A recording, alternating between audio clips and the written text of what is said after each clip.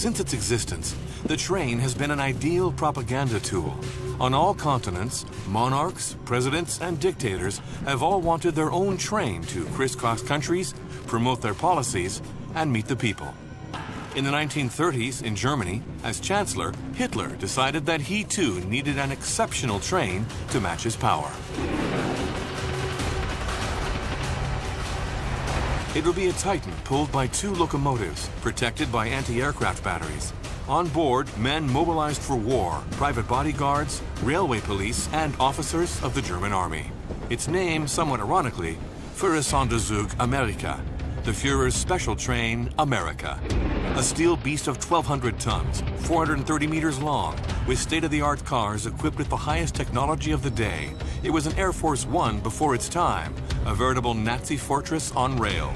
The 20mm guns had an upwards ground range of up to 4.7 kilometers. Führer Sonderzug is the best equipped mobile headquarters in the world at that time, the very best. For each of its journeys, hundreds of men were called into action, manning tracks, bridges, tunnels, and stations. Their mission, to protect America from Hitler's enemies. Hitler's private train was more than a means of transport. It was a genuine bunker, a headquarters, and a refuge. Whole pages of the history of World War II were written on board, tragic decisions taken, decisive meetings held. Pétain, Mussolini, and Franco all climbed aboard to visit the Nazi dictator. The strategic train was even the target of plots against the Führer. But America was an impregnable beast of steel. 70 years on, and little is really known about Hitler's train. Very few people have studied it, and yet it shows us another side to the German dictator, that of a paranoid man with a severe case of megalomania. We went back in time to learn more. How was this steel beast designed? What railway megastructures were built to ensure its security? So these are absolutely enormous, 480-meter-long tunnels, 20 meters high. How is life organized on board? Why was nothing or nobody able to attack America? And what does the train teach us about Hitler? We went to Germany to film what remains of other Nazi special trains with their luxury cars. We found the last surviving archives. We retraced the routes the Führer traveled as we tried to uncover the secrets of the steel beast. Now join us on board America, Hitler's private train.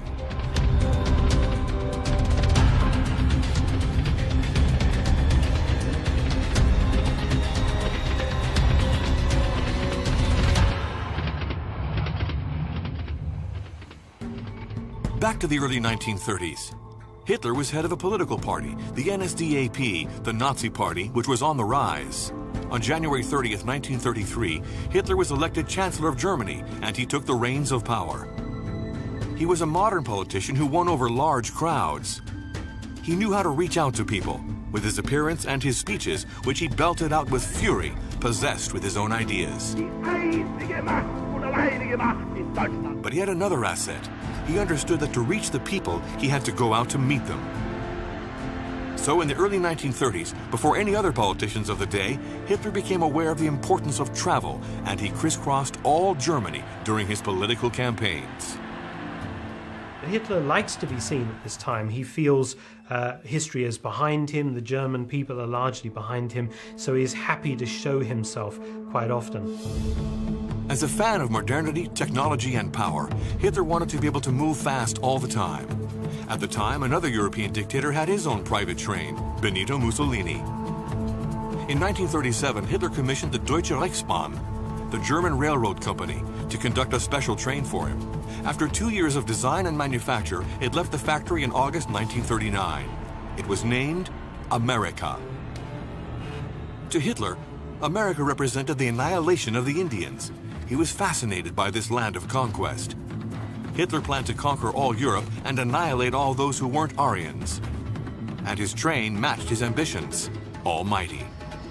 It traveled at speeds up to 120 kilometers per hour.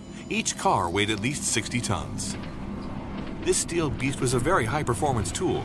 Like in a fixed headquarters, a bunker, America ensured Hitler's security, allowed him to be surrounded by his teams on journeys, to be mobile on all fronts, and to remain reachable at all times, something which cars and planes were unable to provide. It was a kind of Air Force One before its time, crammed with high technology. A very impressive train to look at. I wouldn't call it scary, I would call it impressive, with its austerity and its total lack of fancy trimmings. Hitler used his train to show he was close to the people. He was greeted by crowds, but each outing was strictly organized and highly securitized. But one of the things the bodyguards become very concerned about, particularly with the train, is when the train pulls in at stations, often mobs of people will stampede to the train, like it's a rock star arriving, trying to touch Hitler, to shake his hand, and somebody could have thrown a hand grenade into the train or even pulled him physically out of a window. Anything could have happened. So it becomes increasingly obvious that Hitler does require some kind of special train which will be cut off from the public and indeed from the military as well.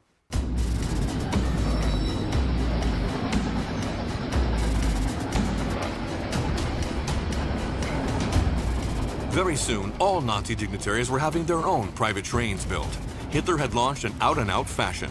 Dieser Hitlerzug hat bewirkt, Hitler's train made all the other bigwigs of the Third Reich, men like Goering, the head of the Luftwaffe, Himmler, the head of the SS, want their own private train to take them all over the country. At the outbreak of war, there were 25 special trains. 300 cars for the 25 trains with poignant names inspired by America. ASEAN, Africa, Atlas, Atlantic, Prussia. As if the Third Reich had already conquered the entire world. They were all based on the model, with cars built by German manufacturers, and all looked alike, both inside and out. To such an extent that they were often confused, especially the trains of Hitler and Goering. America would cover thousands and thousands of kilometers of rail track during the war years, a steel beast which shunted everything out of its way, similar to Hitler's conquests. Depending on war requirements and the number of people on board, the makeup of the train varied between 10 to 16 cars, a length of 300 to 430 meters, the equivalent of 2 French high-speed TGV trains. America was a convoy of 1,200 tons, a town on the tracks, with sometimes over 200 people on board. The cars in the middle of the train were always placed in the same way to keep circulation between the communication cars and the HQ cars consistent. These were regular steel Deutsche Reichsbahn passenger cars, the height of modernity, adapted for the Führer's needs. Die Waggons selber waren nicht gepanzert. The cars themselves weren't armored. They were built in the 1930s in 3 renowned German factories: Henschel, Wegmann, and Crede. The inside was furbished by a well-known interior design company, Associated Workshops, which was based in Munich. These workshops were well known because they introduced Art Nouveau into Germany in the early 20th century. And here's Hitler's private car, weighing in at a colossal 63 tons, something that gave rise to the rumor that it was heavily armored.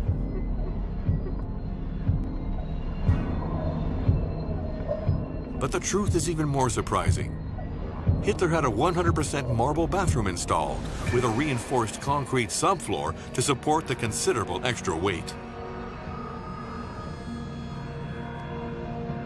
What's more, like in all the cars, there was a heating and air conditioning system, very rare for the time, which allowed the Führer to regulate the ambient temperature.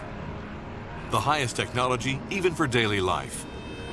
This car was the third from the front, just after the first baggage car.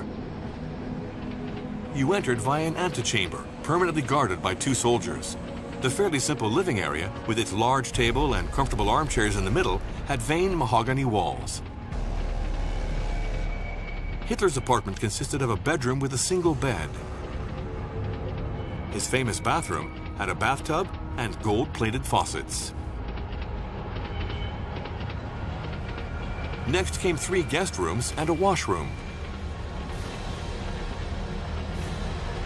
2 soldiers also kept permanent guard at the rear end of the car. Letztlich war dieser Stil, der hier in diesen Basically, the style we see here in the lounge car was fairly middle class, old-fashioned middle class. Most of the features have a relatively functional design. There's very little decoration or ornamentation. Dekor und wenig Ornamentik. He believed luxury belonged to the state. As a man, he liked sobriety, a degree of austerity even.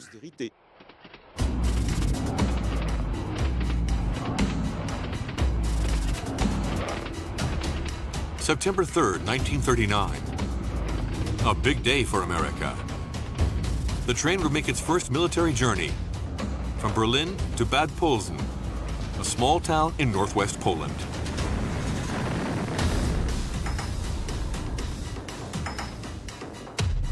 Hitler had just started World War II by invading Poland. The world entered into armed conflict, the biggest mankind had ever known, one of the darkest pages in our history. 62 million men, women, and children would lose their lives.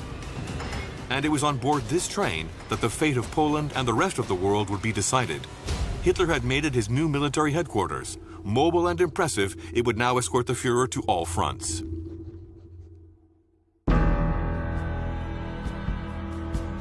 As war raged in Poland for several long days, America, like its owner, gave off an air of invincibility. From the train, Hitler dictated his military strategy. Over the coming days, it will become a kind of second home, shared by high-ranking Nazi dignitaries, but also by secretaries, cooks, Hitler's private bodyguards, his doctor, train drivers and engineers, and of course, the soldiers who manned the anti-aircraft batteries. A whole Nazi ant nest came to life. So Hitler has a very large staff of adjutants. He has valets looking after his every need, dressing him, providing clean clothes. There are chambermaids on board to make the beds. Very carefully vetted staff who act as waiters and maitre d's and all of this in the dining carriages. So these are some of the best waiters they can find in Germany to do this. The train offered unexpected commodities, a touch of luxury at the height of war, like the car entirely dedicated to bathing with its hairdresser, a refined area enjoyed by Hitler and his prestigious guests. It was presented to the Führer by the Reichsbahn for his 50th birthday on April 20th, 1939. The marble and the 11,200-liter water tank made the car extremely heavy at 78 tons. It was the 9th car from the front, just after the guest sleeper car. The first room, isolated from the asbestos, was fitted with 2 2,000-liter water tanks. Then a small dressing room, followed by 5 bathrooms, 2 of which had bathtubs in marble and enameled steel. Hitler shaved himself, but his private barber cut his hair every 2 weeks in the hairdressing suite. Finally, 3 shower cabins in marble and a washroom. The bathroom facilities were, of course, state-of-the-art, the very best shower baths. Hitler was somebody who enjoyed those aspects of his life, very much so. Hitler's days started fairly late, around 10 o'clock, when he would go to the command post for discussions with the head of strategic operations. He would be updated on the morning's progress. He gave few orders. He mostly observed and let the teams get on with their work. The only demand he made was no smoking. You have to imagine life on board as something that reflected the train's master, extremely austere and essentially dedicated to work. He was a man who was always in his dynamic of power. America was a genuine haven of peace as it weaved its way across northern Poland in September 1939, taking Hitler to support his army as it advanced in the noise and fury of the Blitzkrieg, the Lightning War. La Pologne est attaquée Poland was attacked from every possible side, and it shared many of its borders with Germany. The German army managed to cross all of these borders. Hitler would immediately organize the occupation of Poland in an extremely cruel way for the Polish people. He wanted to show them that their homeland would be Germanized and become part of the Reich. The Soviet Union, with which the Germans had signed a non-aggression pact in August 1939, invaded the western part of Poland on September 17th. The country was on its knees and surrendered on October 6th, 5 weeks after the outbreak of war. Hitler's dream was coming true before his very eyes, the creation of a great German empire. With the conquest of Poland achieved, Hitler returned to the Chancellery in Berlin, while America, as always, was parked up in a highly guarded zone at Tempelhof Airport, just outside the capital. The Nazis were obsessive about security. To ensure it, a meticulous system of logistics was put in place. There are entire regiments of SS and Wehrmacht troops whose only job is to protect Hitler, to protect the train, to protect his cars, his planes, and to protect the transport routes to and from his military headquarters. The train itself has to undergo a very thorough security check, including with sniffer dogs for explosives. Everything has to be very, very carefully checked, food brought on board, everything prepared, the staff gathered, etc. Every person employed on the train underwent very strict controls. Aryans only, very much like the SS, trace your lineage back to 1750, no Jews in the blood, anything like this. Perhaps reliable party people, vetting, very, very careful vetting. Then there was Hitler's bodyguard, a special unit dedicated entirely to him. On board America, they had a car just for them. This would be the RSD, the Reich Sicherheitsdienst. These are the closest bodyguards, and Hitler would carry anywhere from about 22 to 26 SS bodyguards on the train. These are the only men allowed anywhere near Hitler who are armed. Everybody else is unarmed, of course, for obvious reasons. During America's journeys, there was always the same obsession with security, with an absolute control of everywhere the train would pass. Along the tracks, one soldier was posted on every 100 meters at vulnerable points, such as stations, bridges, and tunnels. The train itself was protected by heavy weaponry contained in the highly effective anti-aircraft cars, or Flakwagens.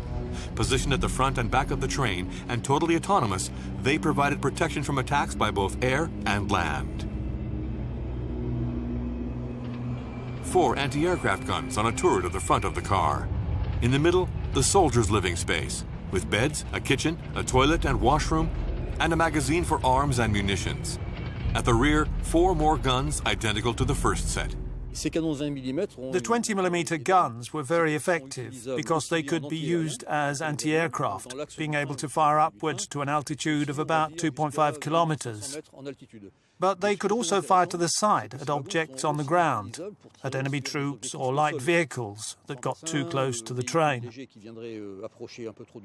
Here their range was much greater because they could fire up to about 4.7 kilometers at ground targets, and they're thought to have had a rate of fire of about 800 rounds a minute. The full crew of the Flakwagen was between 25 and 30 men. The advantage of the special train was that it gave Hitler the possibility of taking his entire war staff with him. But the Führer also needed to be able to travel anywhere and extremely quickly if need be. For this, his armored Mercedes followed the train, and an airplane was also permanently available along the route. He also had his Focke-Wulf 200 Condor, his private 4-engine airliner. So as the train went from one stop to another, the plane preceded it and waited at an airfield that had been chosen in advance, ready to take Hitler and his staff wherever they needed to go, depending on the situation and the urgency. In early 1940, with Austria, Czechoslovakia, and Poland now part of the new German Empire, the Führer began preparing his next offensives. Hitler worked very hard on a well-designed attack against France. Well-designed because it was, what they didn't say back then, surgical. It was to nullify the French army and its weapons, then offer generous peace terms which France would not be able to refuse, because it had been disarmed in the early encounters, which had been well calculated by Hitler. When France was attacked in the middle of May 1940, it didn't resist the speed and power of the German army for long. It laid down its arms 4 weeks later. All of Western Europe was now under the yoke of Nazism and fascism. Only Britain stood firm. On June 22, 1940, it was in a train that Hitler accepted the surrender of France. In a spirit of pure vengeance, the Führer demanded it be signed in the Rotonde clearing in Compiègne. In the same car, the armistice of 1918 had been signed. Hitler's choice of place was far from neutral and far from innocent. It was a way of telling France that the chapter in which the Second Reich had capitulated lamentably in 1918 was now closed, and that the Third Reich had now made up for this insult. Hitler returned victoriously to Berlin on July 6, 1940 on board America, the symbol of his might.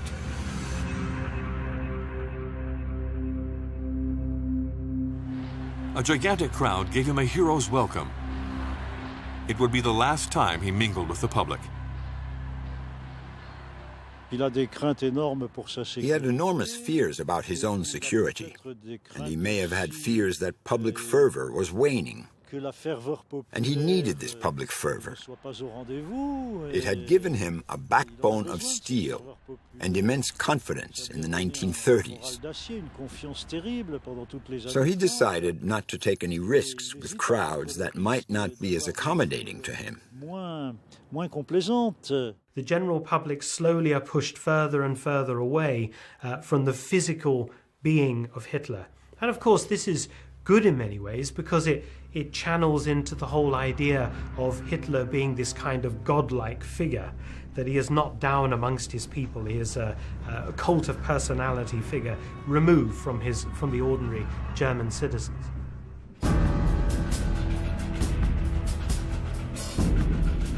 America, like the other special trains, was pulled by 2 locomotives. It wasn't because of the weight of the train. It was more of a guarantee that if one of the locomotives were to break down, the other one could continue the journey. But a steam locomotive needed about 8 hours of preparation before it was ready to roll. Coal had to be fed into the hearth and fired to heat the 27,000 liters of water in the boiler and bring it up to pressure. The autonomy of a steam locomotive was 250, 300 kilometers at the most. You couldn't get from Paris to Marseille with just one locomotive. After 150 kilometers, you had to start planning to stop and change, because the tender was empty. The locomotive would have consumed its 7 tons of coal and 30 tons of water in the first 150 to 200 kilometers. After that, you had to stop. They could hook up a new locomotive in about 2 minutes. It was very fast. They simply unhooked the empty one and gave you a full one. So for Paris to Marseille, you needed 10 to 15 locomotives. When the Orient Express went from Paris to Istanbul, it needed 30 or so locomotives. So the steam locomotive was a kind of traction relay, a bit like the old-fashioned postal service, where you changed your team of horses every 30 kilometers or so. America was no exception to this rule. On a 1,000-kilometer journey, like Berlin to Paris, for example, the 2 locomotives had to be changed at least 4 times. For the French track gauge, they were supplied by the SNCF, the French National Railway. All through the existence of Hitler's train, all types of electric and steam locomotives were used. The most notable was the famous BR-52, the war locomotive, which appeared in 1942. The BR-52, nicknamed the Kriegslok, war loco, reinvented manufacturing methods because it was extremely simple. It was soldered together. There was no riveting, which is a very costly process. So there were no more rivets studding the boiler. It was a completely smooth cylinder.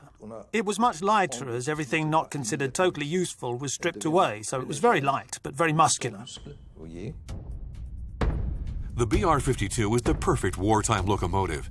It was assembled quickly, required few expensive raw materials, and little manual labor. In all, it made savings of 26 tons of materials and 6,000 man-hours of work. It wasn't only built in Germany, but in all occupied countries. There are models made at Coqueril in Belgium, at Batignolles-Châtillon in Nantes, and at Schneider in Le Creusot and Paris. For example, Skoda in Czechoslovakia. And companies in Alsace also built these war locomotives. They were built in 17 different countries, in occupied countries or in those which used them after the war. In the end, 6,285 war locomotives were built, which is a huge number. It was most probably the largest series of steam locomotives ever built.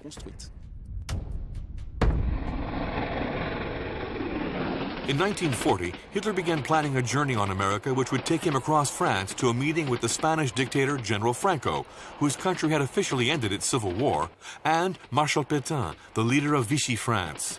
He was hoping to unite their forces against Great Britain, the only country as yet unconquered by fascism in Western Europe. It was a dangerous, top-secret route. Meticulous preparation was launched. Hitler left his residence, the Berghof, on October 20th to begin a three-leg voyage across France. As America gobbled up the kilometers, the Nazi security services traveled ahead of the train throughout the entire journey.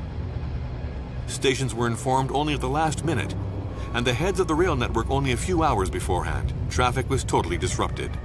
When Hitler's train was rolling on the network, all other trains ahead were parked on side tracks. No other trains were allowed to run. French railroad workers were even consigned to their work buildings, so they wouldn't be on the platform when the train passed.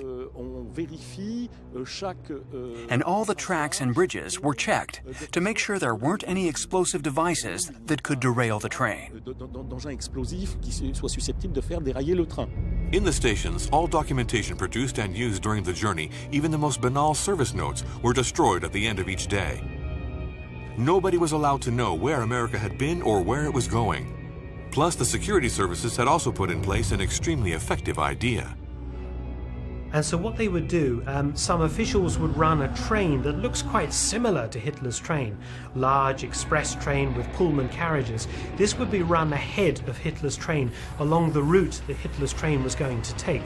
So it would run about 20 or 30 minutes ahead. The idea being to trip any attack that was likely to happen. The people would attack that train rather than Hitler's train coming behind.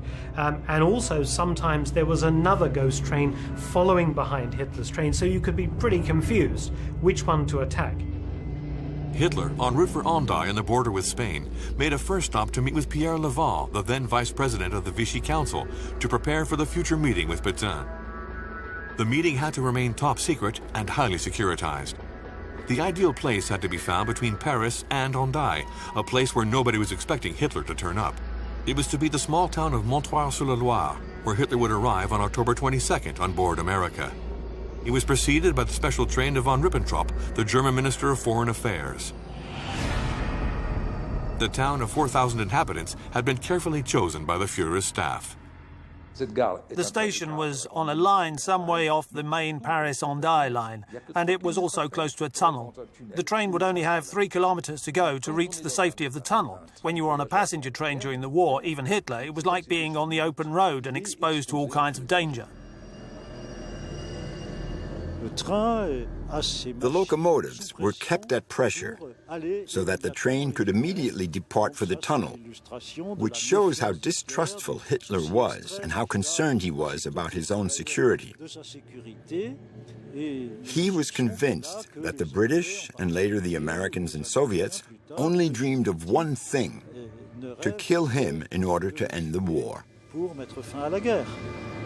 Since the beginning of the month, the small town had been under pressure. There were rumors, then more rumors, as 500 German soldiers began arriving in town. And silence gradually fell on that October 22nd of 1940. The town was under very high security, with lines of sentries posted all around the station and German planes standing by for air surveillance. There were also soldiers placed at regular intervals between the station and the tunnel. One soldier every 20 meters for a 3-kilometer section of track equals 150 men, which is a huge number. All the access roads in and out of the town were blocked off. And there was a team constantly monitoring the post office's lines of communication, ready to cut them off if need be. The town was literally under siege. People living close to the station were consigned to their homes, with shutters closed and the electricity cut off. Nobody could witness or know about Hitler's imminent arrival on America, which would stop at Platform 3 at 6:34 p.m. Pierre Laval arrived around 7 p.m. Hitler received him, accompanied by von Ribbentrop and the interpreter Paul Schmidt. The discussion was brief, about 45 minutes, just a few diplomatic preparations to ensure that Pétain agreed to meet with the Führer in 2 days' time. Hitler's special train, preceded by von Ribbentrop's, left Montoire during the night and reached Hendaye early in the afternoon of October 23rd for the meeting with the Spanish dictator. The Secret Service were experts at creating red herrings. They'd report a train arriving one day. Oh no, it's 2 trains. Actually, it's not that day. They dissimulated as much as possible so that people knew as little as possible. There were also guards in all the stations, and possibly all along the forests of Les Landes. And then there was the problem of the track gauge. The Spanish gauge was 1.76 meters, as opposed to the French 1.44 meters. And so the 2 trains were blocked in Hendaye station. It was impossible to go any further. Franco arrived slightly late. He boarded America and headed straight to Hitler's living room car for a meeting that would last 9 hours. But the meeting came to nothing. Franco had no intention of lining up Spain alongside Germany's forces, and Hitler did not insist, either clearly or firmly. The train set off from Montoire during the night of October 24th for the long-awaited meeting with Marshal Pétain. While the town center had regained a semblance of calm, the Germans made themselves busy. The station, a little away from the town center, was once again sealed off.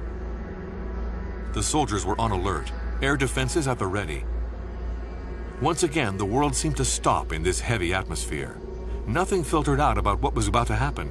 Montoire had no idea that its future would be forever marked by the next few hours.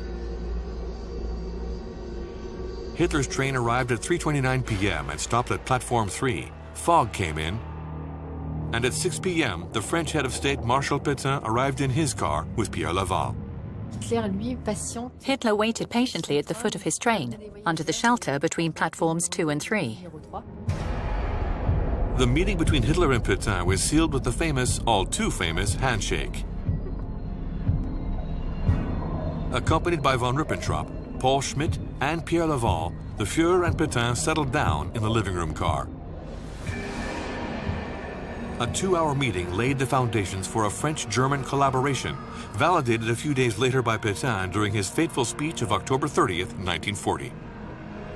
C'est dans l'honneur et pour maintenir l'unité française, une unité de 10 siècles, dans le cadre d'une activité constructive du nouvel ordre européen, que j'entre aujourd'hui dans la voie de la collaboration.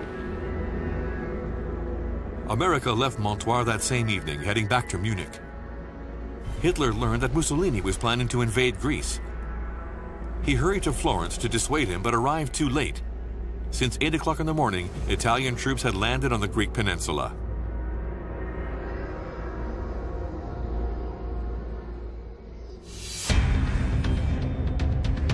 Six months later, April 12, 1941. Monikkirchen, a small town on the Austrian Alps near Vienna, welcomed for 2 weeks America and its Nazi ant nest. The train parked up at the entrance to a long tunnel of 2,700 meters in a valley just outside town next to a small hotel. The locomotives were kept under pressure, ready to get America to shelter in case of an attack. From there, Hitler directed the attack against Yugoslavia, which would give him access to Greece, where he could bring reinforcements to Mussolini, who had been unable to quash Greek resistance. Hitler spent the majority of his time shut away in his HQ on rails, directing operations. His link with the outside world was his communications car, with its state-of-the-art equipment which enabled him to stay in contact in real time with his forces on all fronts. This car was the 13th from the front, just after the one which housed Hitler's private bodyguard. You entered via the war room, the strategic car with hundreds of maps, which could be put up on the wall or consulted around a table. Next, the communication rooms, with all the high-tech of the 1940s. The first equipped with teleprinters and coding machines to cipher and decipher teletexts. Then the switchboards for calls coming in or going out and internal calls. And finally, the radio compartment with its Enigma machines for sending out coded messages and deciphering incoming ones. Different parts of the armed forces are using different Enigma and enciphering machines.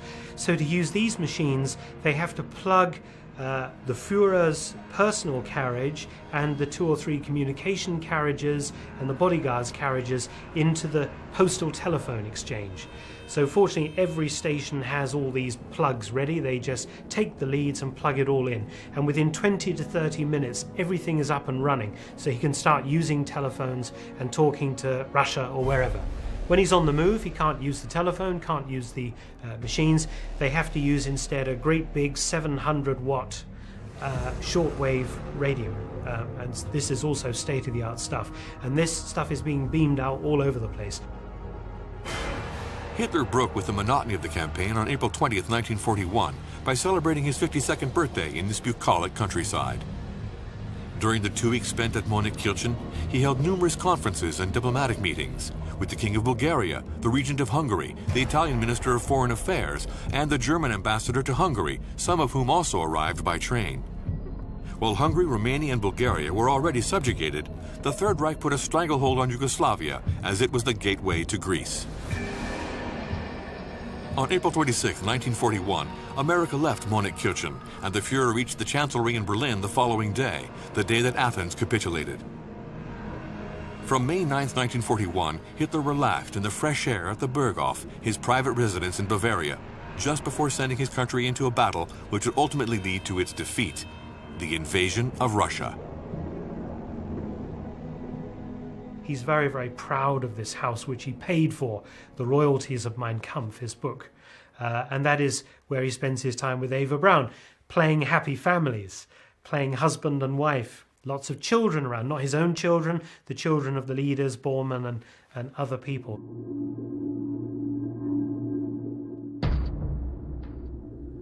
On June 22, 1941, Operation Barbarossa was launched, and Germany invaded Russia.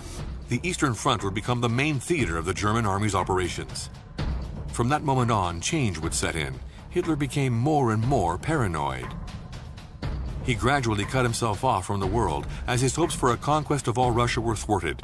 He only felt safe in bunkers. America would become merely a train to get him from A to B, but never again a mobile headquarters. The Fuhrer felt it was too risky, despite its massive protection. 2 days after the invasion began, America arrived in Rustenburg in Poland. Hitler immediately ordered the construction of a 6-square-kilometer HQ surrounded by mined land.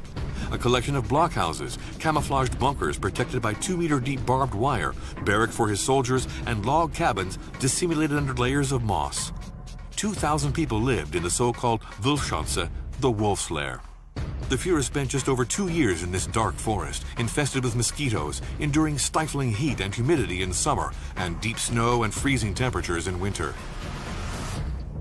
He names it the Wolf's Lair, the Wolfschanze, using a name he's used many times. He was known as Mr. Wolf earlier on in his life. And of course the wolf is a symbol of strength and cunning. And of course Adolf, his own name, is an old German name for wolf as well. So it's all of this kind of Germanic myth and everything else. But yeah, the Wolf's Lair is so important. It becomes his kind of sealed home, away from the reality of Berlin, away from the reality of much of what is happening in the rest of Europe. Until the very end. He only leaves when the Russians are almost at the gates. Only then is it evacuated and destroyed. Throughout the war and his advances on various fronts, he would have constructed no fewer than 20 different HQs built around high-security bunkers. Excess and gigantism were also present 600 kilometers south of the Wolf's Lair, at Anlage Süd, Installation South. two monumental bunkers some 30 kilometers away for the purpose of housing special trains became operational in the summer of 1941. They were massive reinforced tunnels, built in just 10 months by hundreds of prisoners from concentration camps in Poland. Hitler and Mussolini met there for talks lasting several hours on the way to conduct war against the Soviet Union. Hitler's train was parked in the Strysov tunnel and Mussolini's in the Stepina tunnel. They were 480 meters long by 8.3 meters wide and 12 meters high.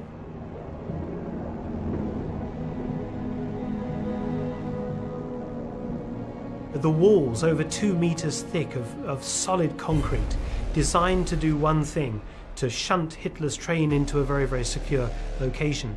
The idea being that any attack was made on the train, they could seal both ends of the tunnels and literally fight it out until other German forces could arrive and rescue them. Now, the crazy thing is, all this time, effort, and money for 2 meetings only. These tunnels are only used twice in World War II for meetings with Mussolini. It is an absolute joke, but it shows again the paranoia, the level of paranoia surrounding Hitler. Back at the Wolf's Lair, Hitler busily directed operations on the Eastern Front, where blood was being spilled battle after battle. This time, blitzkrieg tactics weren't working. The 4-month invasion plan turned into all-out war until defeat in May 1945. The Red Army began to advance. The German army had reached its limits in terms of men and material. It was finding it harder and harder to reinforce its troops. That's why they brought in laborers from France and other occupied countries to replace as many German factory workers as possible, and to replenish the ranks of the army in Russia, which had suffered terrible losses at the hands of the Soviets. As defeat followed defeat, Hitler became more and more authoritarian and shell-shocked. He was racked with doubts. From the summer of 1941 on, 80% of lives lost by the German army were in the Soviet Union. As the military situation starts to turn against Germany, particularly by early 1942, the failure to take Moscow, and then of course the great disaster later of Stalingrad, Hitler becomes more and more isolated. He makes less public appearances and less speeches. On December 7, 1941, the American naval base in Hawaii, Pearl Harbor, was hit by a surprise attack launched by the Japanese Imperial Fleet. The next day, America declared war on Japan. Germany and Italy, which formed the Axis with Japan, riposted with the signing of the Tripartite Pact and declared war on the United States on December 12th. The conflict had become truly global. I think Hitler declaring war on the United States after the Japanese attack on Pearl Harbor comes as a great surprise to many Germans, that he would voluntarily declare war on America in the midst of all of this trouble with the Soviet Union. It seems to me the megalomania is out of control by this stage. Insanity.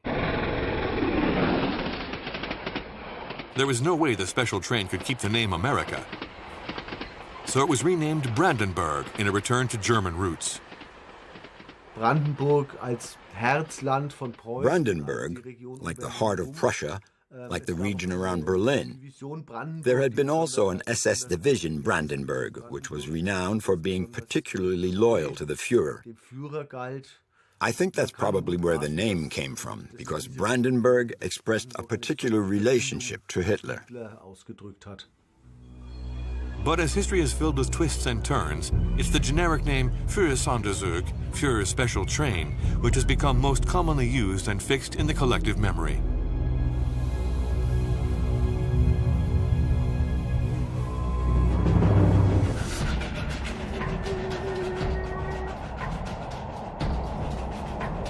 Across the Channel, Britain was desperate to find a way to halt the Nazi machine, and the best way was by killing Hitler. In all, there were 30, some have suggested 40, failed assassination attempts against the Führer since he'd been in power. He said he was protected by something that was beyond human control. He said the same thing after the failed attempt of July 20th, 1944. Once again, I have been protected by Providence. So he could never imagine his orders not being followed. He always believed there was something somewhere which would obey him.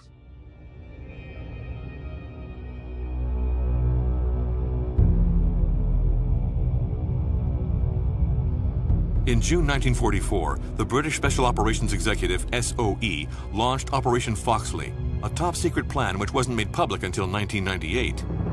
The outline was simple: find a way to kill Hitler. Two main ideas were retained by the British agents. The first, to kill Hitler at the Berghof by parachuting in 2 elite snipers. The second, to blow up his train. But how would they get round the surveillance of this impregnable fortress? Several options were studied. Firstly, to derail the train. But this would require precise information regarding where the train was and when. Information seemingly impossible to obtain. Systematic searches of the rail infrastructure and the high-level security gave no chance of planting a bomb on the train.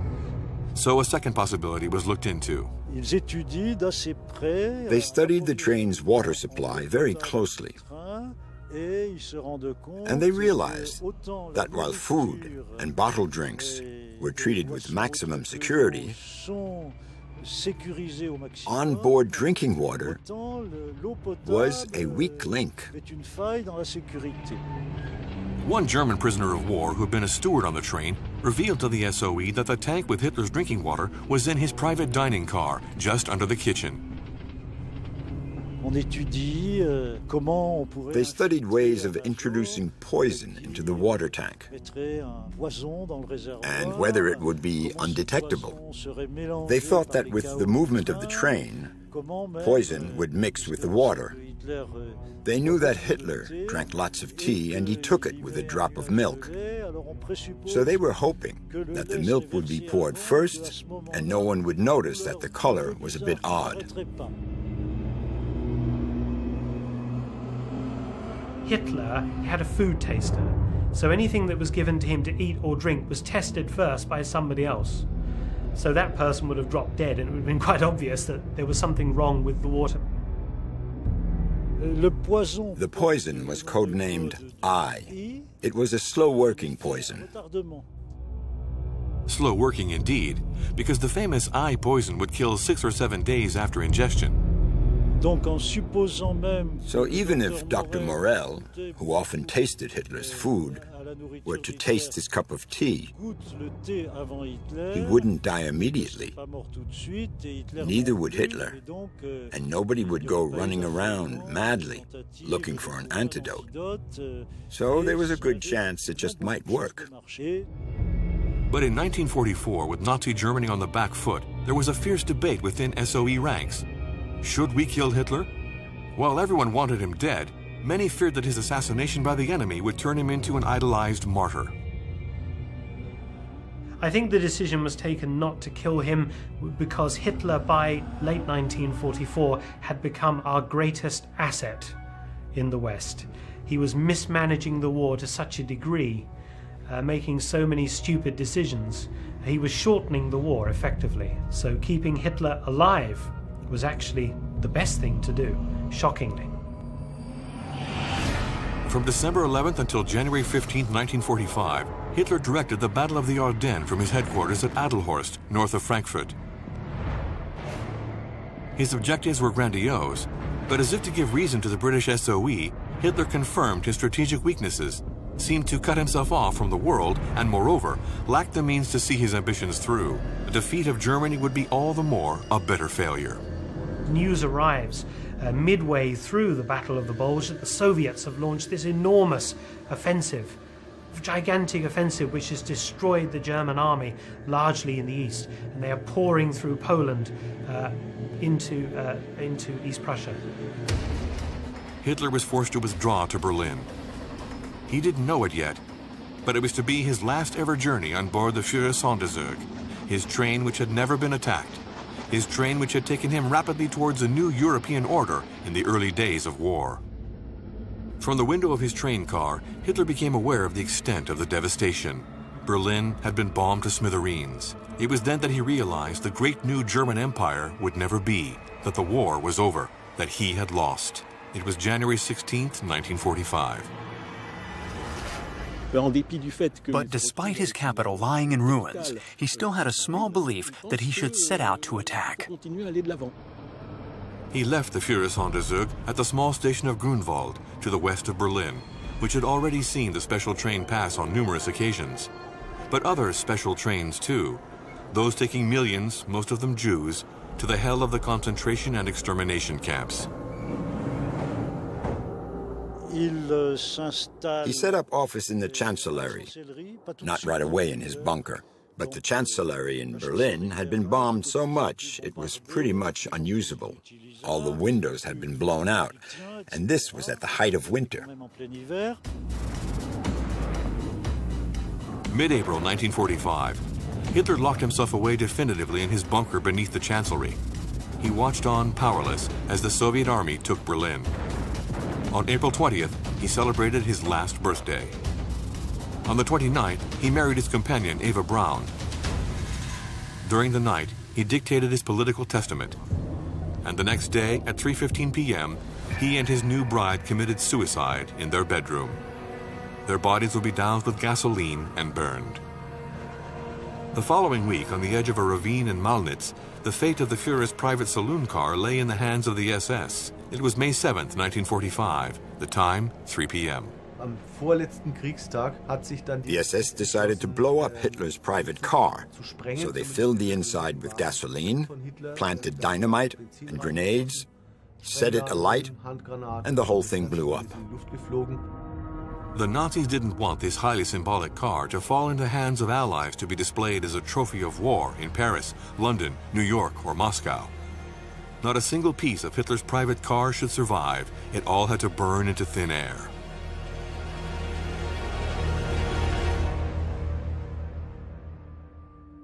World War II ended on September 2nd, 1945. In defeat, Germany was divided amongst the Allies. But it still wasn't the end for the Führersonderzug.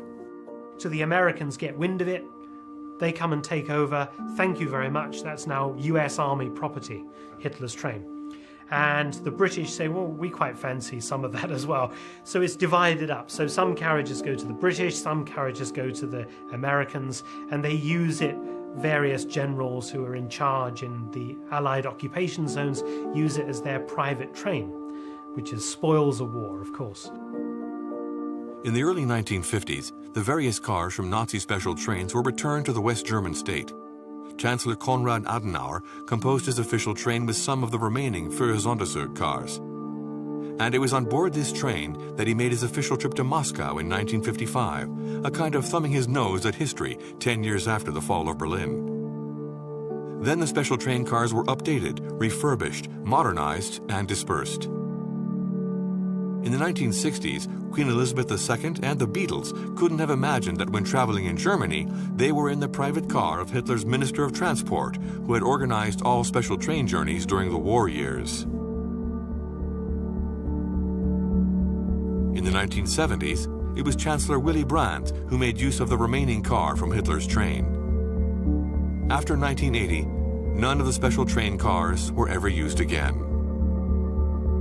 The steel beast was made in the image of its master. It personified one of the worst murderers in modern history, accompanied him on all fronts and in all his crazy decisions, and it provided a haven for him when the world was slipping out of his grasp forever. Of the Führersonderzug, despite the weight of its history, barely anything remains. Just a few rail cars sitting at the back of a museum.